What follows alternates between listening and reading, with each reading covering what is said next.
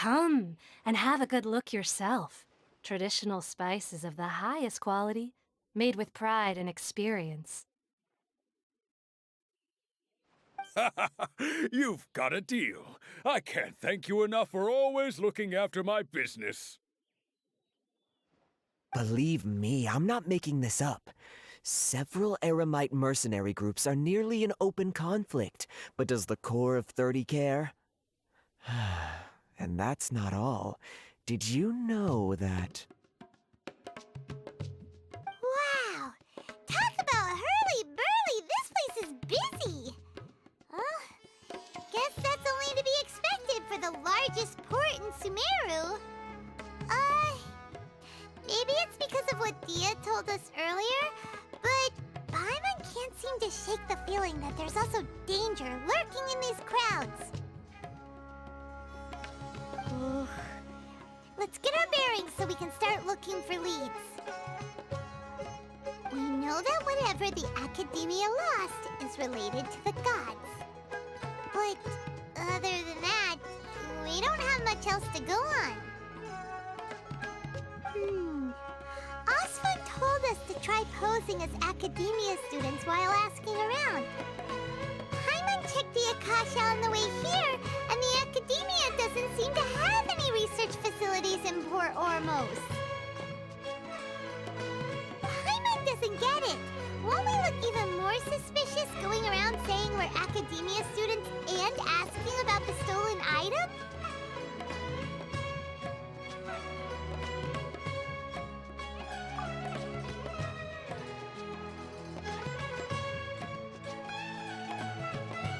Well, given all the people that come through here every day, if there's any information to be found, Paimon bets we could find it in the market.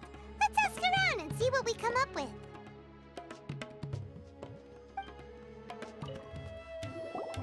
Welcome. Welcome. How can I help you two? Hi there. We would like to ask you a question. Do students from the Academia ever come to Port Ormos? Of course.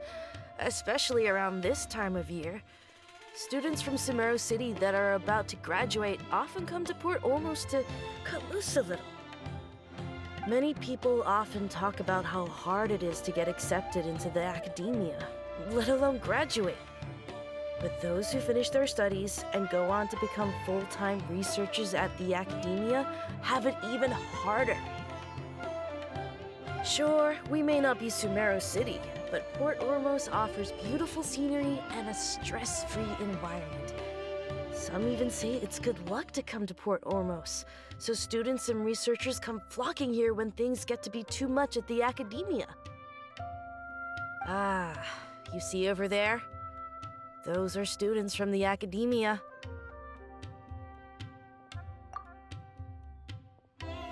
They've been looking worried and miserable ever since they got here a few days ago. If you ask me, the life of a merchant is better. So long as the Akasha teaches us what we need, then life is good. Those students seem to be discussing something. Let's see if we can listen in.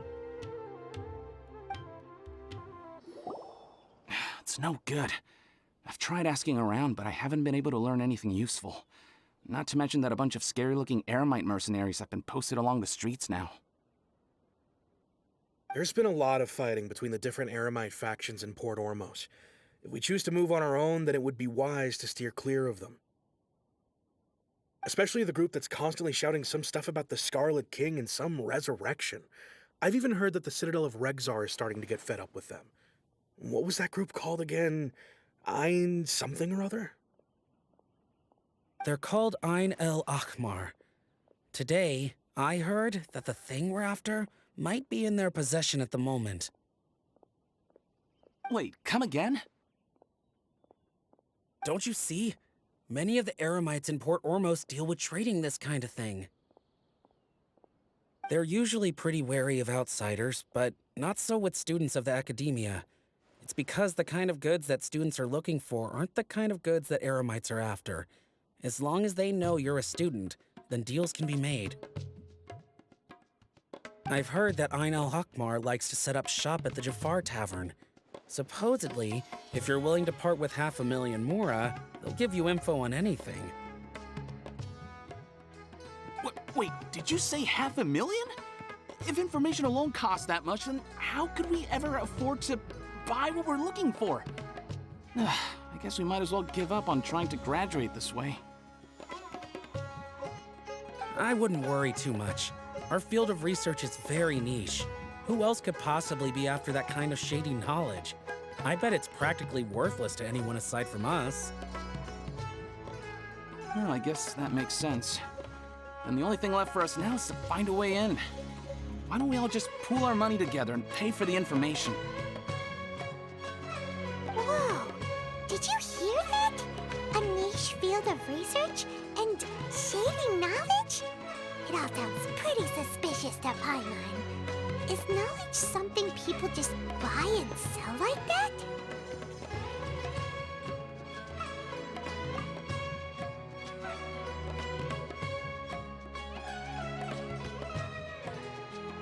So, what's our plan?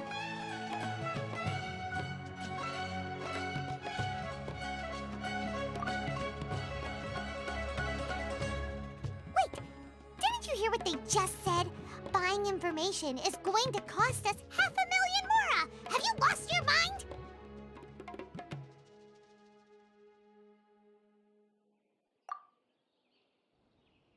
Oh, all right. Paimon never thought she'd agree to parting with that kind of Mora. But if you know what you're doing, then we should give it a shot. This is the place we heard those students talking about. Let's find a seat somewhere and see if we can spot the group they mentioned.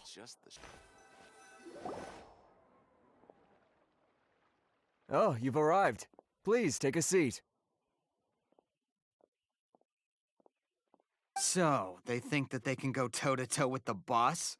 Ha! Once we reclaim the power of the Scarlet King, they'll be the first that the boss punishes.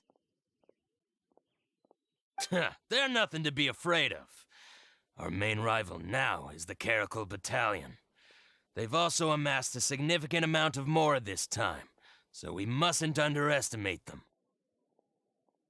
How can the Caracal Battalion compete with the boss when they're nothing but a bunch of money-grubbing opportunists out for a quick Mora?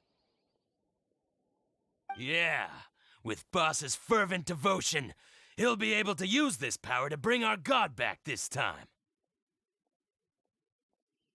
Huh. All these guys talk about is the Scarlet King, so they're probably the ones we're looking for. Greater Lord Ruka Devata. That traitor and her followers must not be spared. The day will come when the Scarlet King exacts vengeance on Sumeru, and all of them shall be punished.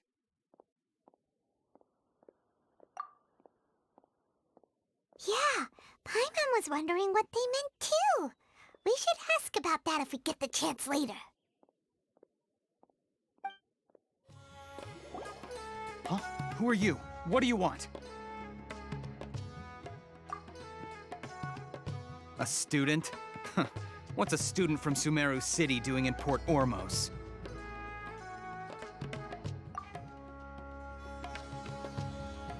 Ah, well, if it's info you want, you've come to the right place. The question is, can you afford it?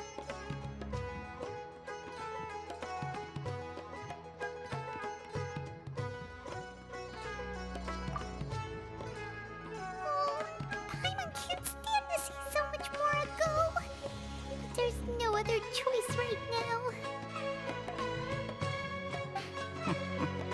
Here, this is the merchant's address. Whatever you're looking for, you'll find it there. Hmm? Well, what are you waiting for?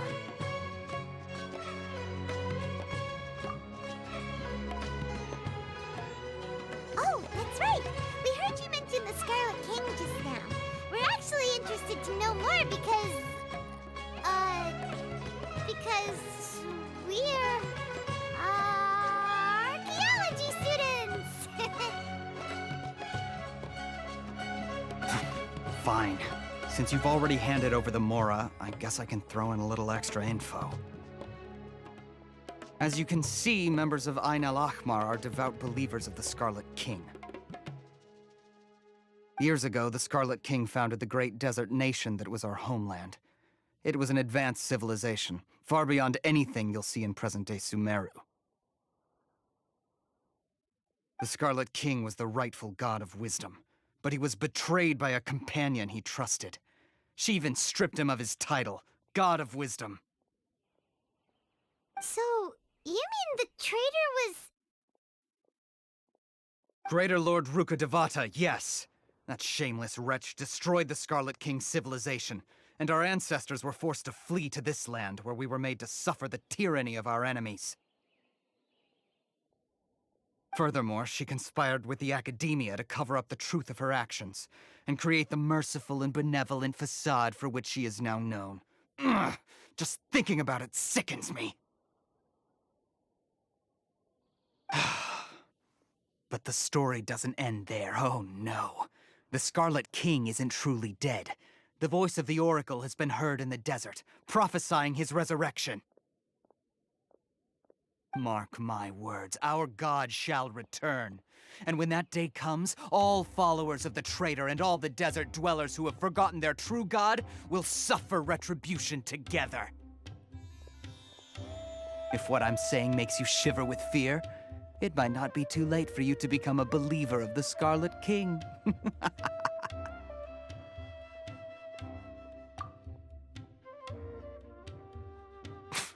I don't have anything to say to you Academia people about that. I think this conversation has reached its end. Not just yet. This man is a fraud.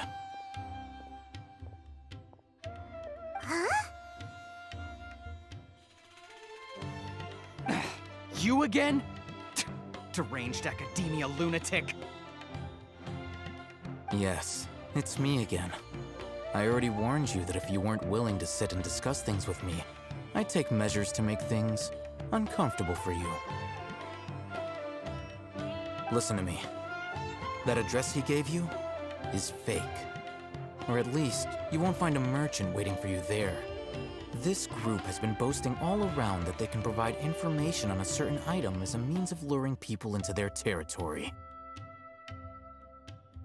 Once you show up, they keep up the act until they have hard evidence that you want to purchase said item. Then they use that to squeeze you for all the more you're worth. Hey! Shut it, Alhaitham!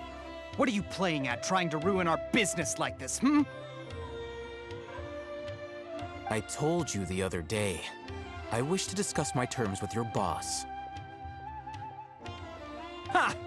The boss made it perfectly clear that he won't negotiate with you. Yes, and in no uncertain terms. But that was then. It does not preclude him from changing his mind in the future. I'm warning you, don't push us, or this could get ugly. We don't usually get rough with people from the Academia because it just complicates things. For a lunatic like you, though, we might just have to make an exception. If you're suggesting that we escalate this from a verbal exchange to a physical one, I accept. After all, even the Archons used war to negotiate the ownership of Teyvat.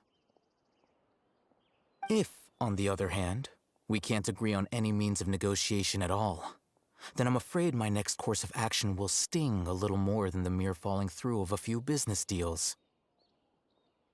I will jeopardize the Eremite's reputation, which I know you value above all else. I am quite confident that if I began to take such action, your boss would willingly approach me himself. However, I fear that by then, some things will have happened that cannot be undone. Also, a word of advice. I suggest you tell your boss exactly what happened here today. Otherwise, he might blame you for not telling him in the future. What did you say? Consider this. Have I ever failed to follow through on my word in the past? This guy is really out of his mind. Okay then. If you really have a death wish, let's meet a week from today. The pier in front of the Pharos Lighthouse, 4 o'clock in the afternoon, sharp. Don't expect us to hold back.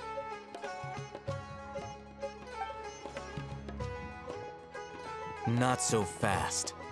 First, you return the 500,000 mora to them.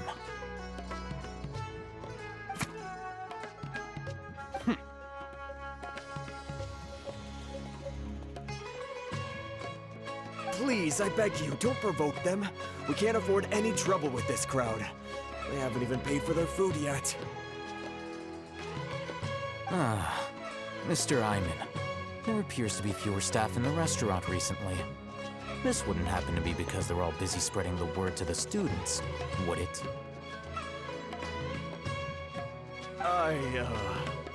Well... Someone who chooses to do business with a group like that really can't afford to get so flustered the instant someone confronts them about it. Consider the meal compensation for our silence. I'd say you're getting an excellent deal.